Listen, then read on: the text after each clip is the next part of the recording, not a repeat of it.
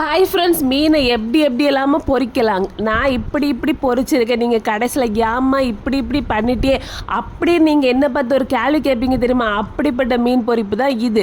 நான் 4 நவர மீனை எடுத்துருக்கேன். என்னால் எவ்வளவுக்கு கோடை போட முடியுமா அவ்வளவுக்கு கோடை வச்சு வாங்கியிருக்கேன். சரியா?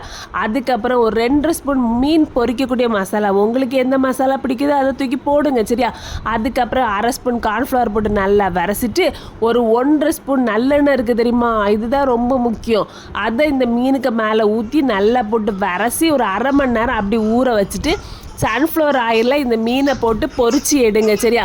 அதுக்கப்புறம் முக்கியமான ஸ்டேஜ், இந்த மீனெல்லாம் இப்போ வரைசதுக்கு ஒரு பாத்திரத்தில் வரைச்சிருப்போமே, அந்த பாத்திரத்தில் மீதி இருக்கக்கூடிய அந்த மசாலாவில் ஒரு பல்லாரியை போட்டு நல்லா வரைச்சி கொஞ்சம் கருவேப்பிலை எடுத்து அந்த பொரிஞ்சிட்டு இருக்க மீனில் தூக்கி போட்டுட்டு கடைசியில் தட்டில் எடுத்து வச்சு சாப்பிட்டிங்கன்னா பார்க்க சாதாரணமாக இருக்கும். சம்பவம் அடிபொலி.